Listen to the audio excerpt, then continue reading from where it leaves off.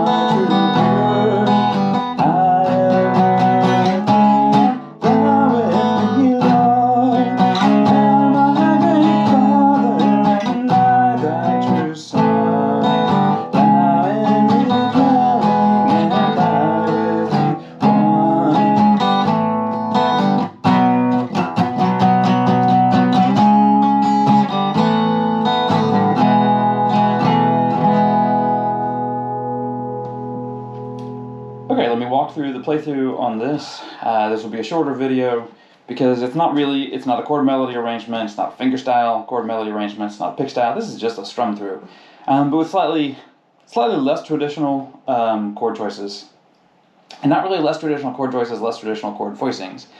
It says my hymnal says it's a traditional Irish hymn, and so I'm kind of trying to find some open sounds and some kind of droning modal sounds that make it feel a little Celtic, and I love playing 3-fingered versions of bar chords. So you probably know that you can play a A-shaped bar chord, right? That's an A down there. The bridge is back here. The fretboard is being the bass notes, but you can use your finger as the bass notes and simulate the same shape. And so, like, this is actually a C chord. It's a C chord that's in the shape of an A chord. So hopefully, solid the intermediate guitarist with me, you're familiar with those two major bar chord shapes, the E shape and the A shape. So there's an A-shaped E bar chord up here. If you find your way up C, D, E, there's the E note. And you can play that bar all 5 strings. And actually the E is also, the 6th string is an open E, so you can play all 6 strings. That doesn't sound very good. My bar chord isn't very good. To me, it's a little muted, a little fussy sounding. But what if instead I played a 2-fingered A shape? So I'm leaving the 2nd string of the guitar to ring out, which is that B, and I'm leaving the top string of the guitar to ring out as well. And instead of barring, I'm just going to put my index finger there on the E. And what if we did that as a E chord?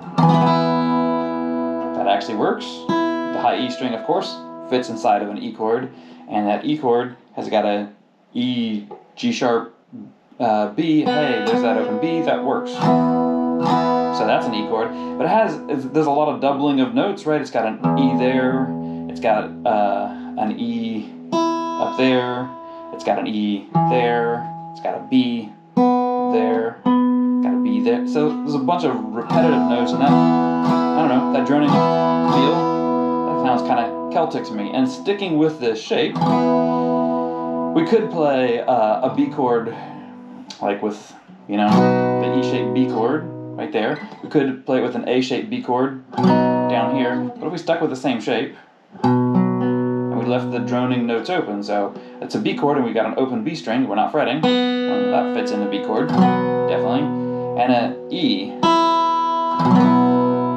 doesn't exactly, but just listen to your ears. It sounds like a sus, right? That's going to be a 2 or a 4 of our B chord. Let's see, B, C, D, E. Oh, it's the 4th, right? It's got that B sus sound going on.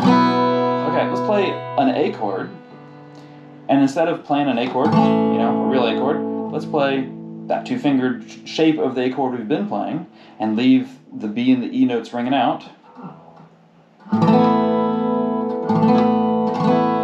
Now that kind of works because the open B It's got that suspended, sustained, sound to it. That B is the second of the A chord, so it kind of fits in there. And the E, and the A is an A, C sharp E, so E's in the chord. That sounds pretty good. So you can figure out, from those chords, we're in the key of E, there would be an A, and there would be a B. There's also in this song a C sharp minor, which in the key of E. There's the fifth chord, is going to be the sixth chord, and we could play that C sharp minor with an A minor shaped bar chord, but you've already guessed what I'm going to do, which is I'm going to just leave the minor out of it entirely. And I'm not going to bar. I'm going to let the E string ring unmolested. I'm going to let the B string ring unmolested. And so I have a C sharp minor chord.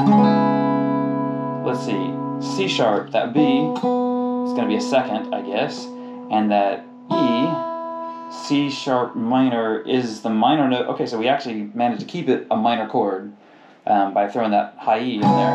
It just means all these chord shapes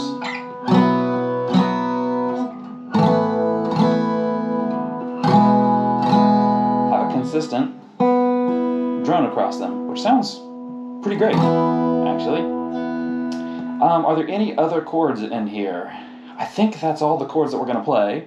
Then there's a bit of how we're going to play them, especially if we get into little sequences where we're going to go like B to C sharp minor. You can slide the whole chord.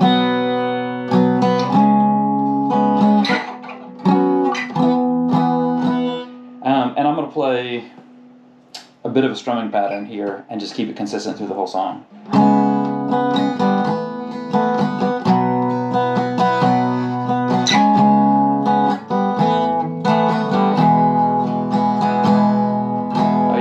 Sus. Add my little finger there on that E chord that and take it off to end every line. And then let's just run through what the chords are. There's an E chord. I'm going to play the high one. Be thou my. There's a B chord. Playing that, open version. Vision, oh. There's an A chord. Lord of mine. And I'm right here, so I'm just going to play the E. That's right there. There's a B.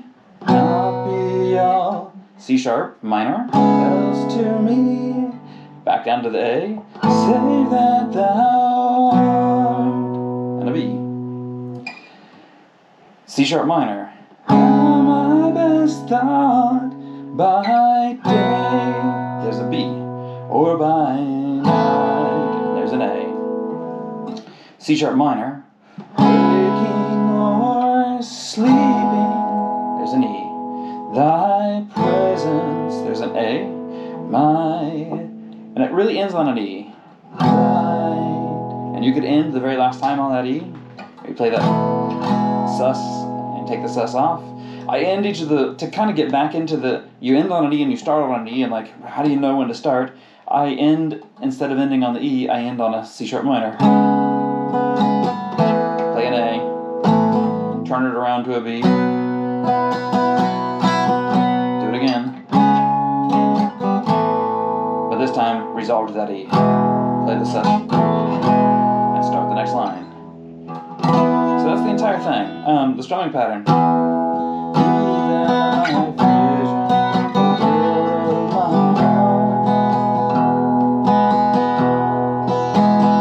Pretty straightforward. I do try to break the rhythm a little bit on some of these little slidey patterns. So I'm strumming I'm strumming the wrong chord on else, and then sliding up that C sharp minor to get to the right chord.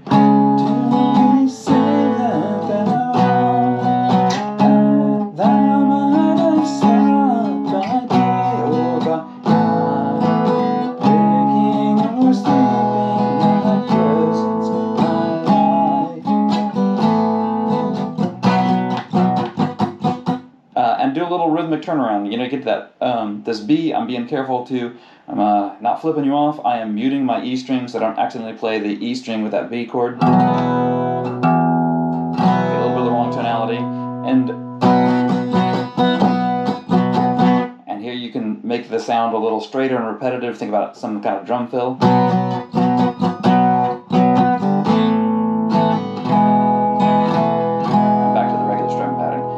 Super simple song. Super simple chords. All 3-fingered chords, just moving apart, shape around. It does honor, I think, to the feel of the hymn. It doesn't do violence to the harmony, so this is one people traditionally don't sing a lot of harmony with. You're more likely to get the congregation singing this one all together, everybody singing the melody. But it doesn't do violence to the harmonies, but the voicings do respect kind of the Celtic feel of the hymn, I think, with those open ringing strings. So try it out. This is one you could practice once and pull into next Sunday's worship service. Let me know how it goes in the comments.